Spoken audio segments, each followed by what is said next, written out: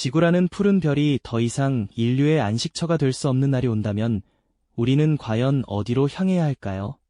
상상만으로도 아찔하고 막막한 질문이 아닐 수 없죠. 그리고 설령 새로운 보금자리를 찾는다 해도 그 낯선 행성을 우리 인류가 살아갈 수 있는 두 번째 지구로 과연 만들어낼 수 있을까요? 이러한 근원적인 물음들은 오랜 시간 동안 인류의 상상력을 자극하고 도전의식을 고취시켜왔습니다.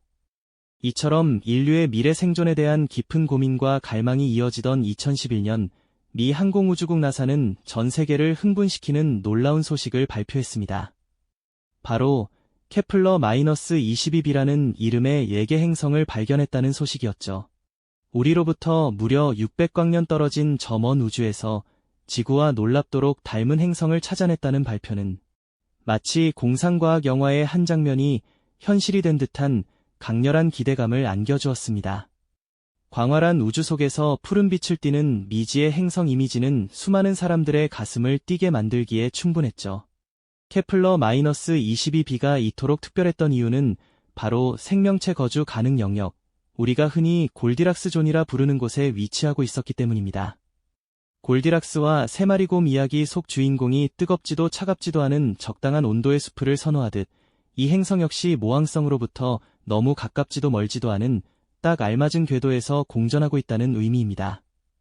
이러한 이상적인 위치 덕분에 행성 표면에는 액체 상태의 물이 존재할 가능성이 높다고 추정되었고, 이는 곧 생명체가 탄생하고 번성할 수 있는 가장 핵심적인 조건 중 하나로 여겨졌습니다. 하지만 과연 골디락스 존에 있다는 사실만으로 케플러-22b를 제2의 지구라고 단정할 수 있을까요? 희망의 부푼 기대와는 달리 현실은 훨씬 더 복잡하고 많은 질문들을 우리에게 던지고 있습니다. 현재까지 알려진 바에 따르면 케플러-22b는 지구보다 약 2.4배 정도 더 큰 크기를 가지고 있으며 모항성을 약 290일에 한 번씩 공전한다고 합니다. 이는 우리 지구의 365일 공전 주기와 크게 다르지 않아 계절 변화나 낮과 밤의 길이 등에서 어느 정도 유사성을 띠지 않을까 하는 기대를 품게 하죠. 그러나 여기서부터는 미지의 영역이 시작됩니다. 우리는 아직 케플러-22b의 정확한 구성 성분을 파악하지 못하고 있습니다. 과연 우리 지구처럼 단단한 암석형 행성일까요? 아니면 생명체가 발붙이기 어려운 가스형 행성일까요? 또한 생명체 생존에 필수적인 대기의 유무와 그 성분은 어떠한지, 그리고 가장 중요한 액체 상태의 물이 행성 표면에 실제로 풍부하게 존재하는지 여부도 확실히 밝혀지지 않았습니다. 만약 행성을 보호할 대기가 없다면 아무리 온도가 적당하다 해도 강력한 우주 방사선과 태양풍에 그대로 노출되어 생명체가 살아가기에는 너무나 가혹한 환경이 될 것입니다. 대기는 마치 행성을 감싸는 따뜻하고 든든한 담요와 같아서 내부의 온도를 일정하게 유지하고 유해한 외부 환경으로부터 생명체를 지켜주는 역할을 합니다.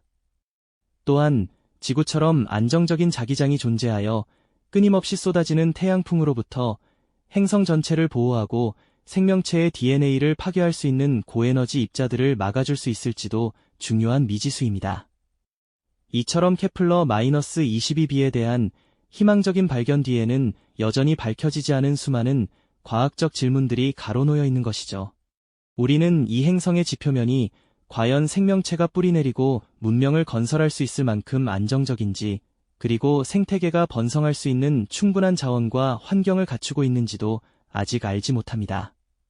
케플러-22b는 인류에게 새로운 희망의 빛을 보여주었지만 동시에 그 희망을 현실로 만들기 위해서는 넘어야 할 거대한 과학적 난관들이 존재한다는 사실을 일깨워주고 있습니다. 마치 멀리서 보았을 때는 아름다운 그림 같지만 가까이 다가가면 아직 채워지지 않은 수많은 빈 공간들이 드러나는 그림처럼 말이죠. 인류는 과연 이 미지의 행성을 진정한 제2의 지구로 만들 수 있을까요? 다음 이야기에서는 이러한 인류의 꿈, 바로 테라포밍에 대해 더 깊이 파고들어 보면서 과연 우리에게 어떤 가능성과 한계가 존재하는지 함께 탐색해볼까요? 네, 제2의 지구라는 꿈은 정말 매력적이죠. 하지만 이 희망을 현실로 만들기 위해서는 상상 이상의 노력이 필요합니다. 바로 테라포밍이라는 개념을 통해 행성을 우리 인류가 살 수 있는 환경으로 바꾸는 대규모 프로젝트가 필요한데요. 이른바 지구화 작업이라고도 불리는 테라포밍은 특정 행성의 대기, 온도, 지형 등을 인류가 생존 가능한 수준으로 개조하는 것을 의미합니다. 예를 들어 화성처럼 대기가 희박하고 추운 행성에는 온실가스를 주입해 온도를 높이고 대기압을 올리는 식으로 말이죠. 얼어붙은 이산화탄소를 승화시켜 대기를 두껍게 만들고 핵폭탄 등으로 행성 내부의 활동을 자극해 자기장을 생성하려는 시도까지도 구상되고 있답니다. SF 영화에서 흔히 보셨을 법한 이런 테라포밍은 인류에게 새로운 보금자리를 마련해줄 궁극적인 해결책처럼 보이지만 케플러-22b의 경우엔 그리 간단한 문제가 아니라는 점을 분명히 말씀드리고 싶습니다. 우리가 케플러-22b를 제2의 지구로 부르며 희망을 품는 것은 분명하지만 이 행성을 테라포밍하는 것은 사실상 인류가 직면할 수 있는 가장 거대한 도전 중 하나라고 할 수 있습니다.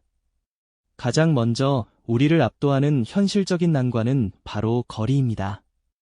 케플러-22b는 지구로부터 무려 600광년 떨어져 있다고 말씀드렸죠.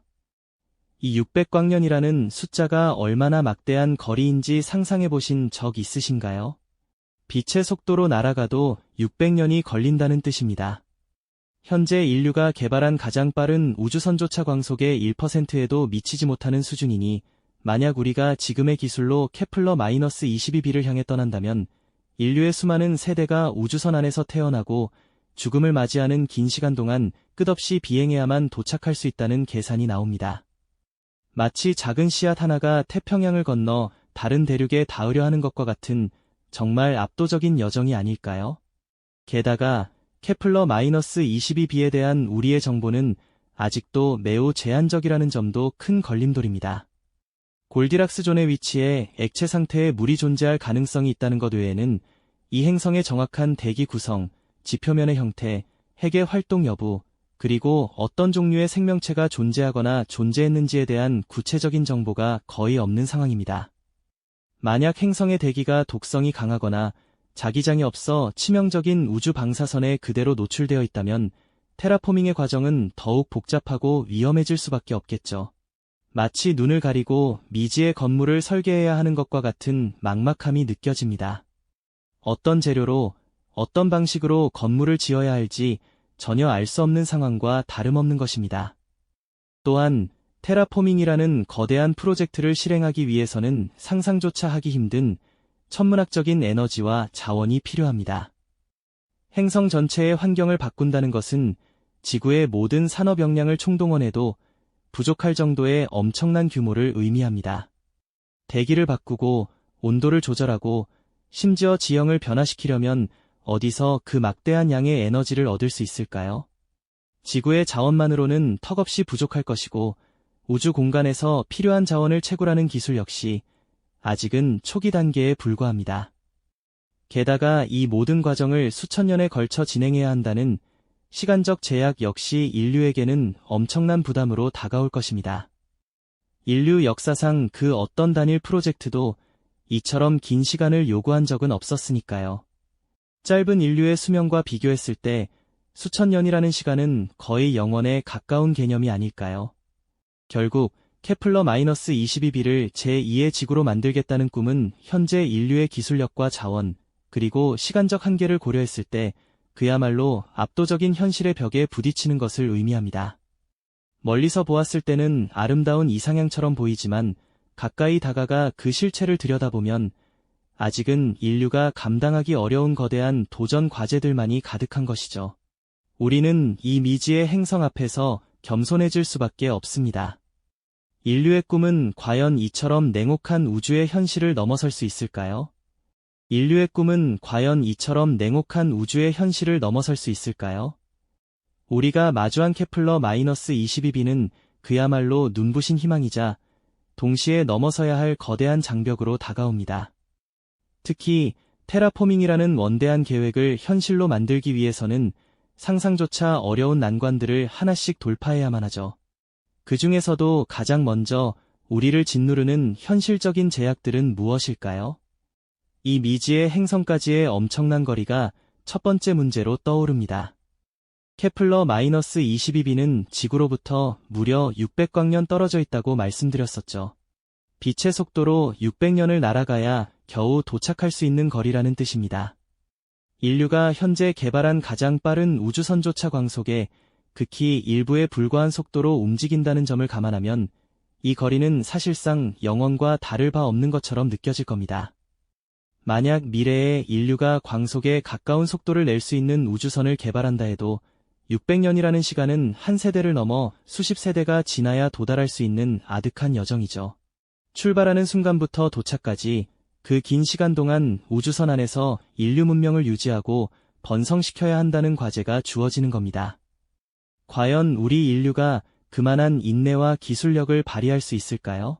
게다가 우리는 케플러-22b에 대해 아직 아는 것보다 모르는 것이 훨씬 많습니다. 이 행성의 정확한 구성 성분은 무엇인지, 지표면은 어떤 물질로 이루어져 있는지, 대기층은 정말로 존재하며 어떤 가스들로 구성되어 있는지조차 명확하게 파악하지 못하고 있는 실정이죠. 마치 눈을 가리고 미지의 건물을 설계하려는 것과 같습니다. 테라포밍은 행성의 대기, 온도, 지형을 인위적으로 변화시키는 거대한 작업인데 대상 행성에 대한 기본적인 정보조차 부족하다면 어떤 방식으로 접근해야 할지 막막할 수밖에 없습니다. 정확한 데이터 없이 막연한 희망만으로 수천 년에 걸친 대규모 프로젝트를 시작할 수는 없는 노릇이니까요. 그리고 이 모든 과정을 실행하는데 필요한 천문학적인 에너지와 자원은 또 어디서 얻어야 할까요? 행성 전체의 환경을 바꾸려면 지구의 모든 산업 역량을 총동원해도 부족할 정도의 막대한 자원이 필요합니다. 지구 내부의 자원만으로는 턱없이 모자랄 것이고 우주 공간에서 필요한 물질을 채굴하는 기술 또한 아직은 걸음마 단계에 불과합니다.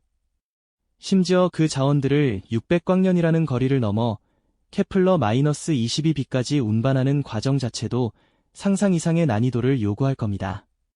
태양계 내에서 화성으로 보내는 탐사선 하나를 띄우는데도 엄청난 비용과 기술이 드는데 그보다 훨씬 먼 곳까지 대량의 자재와 장비를 보내려면 현재 인류의 경제력과 기술로는 도저히 감당할 수 없는 수준이겠죠. 무엇보다 이 모든 과정을 수천 년에 걸쳐 진행해야 한다는 시간적 제약은 인류에게 가장 큰 부담으로 다가올 것입니다. 인류 역사상 그 어떤 단일 프로젝트도 이처럼 긴 시간을 요구한 적은 없었으니까요. 짧은 인류의 수명과 비교했을 때 수천 년이라는 시간은 거의 영원에 가까운 개념이 아닐까요? 한 세대가 시작한 일을 다음 세대가, 그리고 그 다음 세대가 계속 이어나가야 한다는 것을 의미합니다. 과연 세대를 거치며 그 목표를 잃지 않고 꾸준히 추진할 수 있을지 인류 문명의 지속성에 대한 근원적인 질문을 던지게 되는 지점입니다. 결국 케플러-22b를 제2의 지구로 만들겠다는 우리의 꿈은 현재 인류의 기술력, 자원, 그리고 시간이라는 냉혹한 현실의 벽에 부딪히는 것을 의미합니다.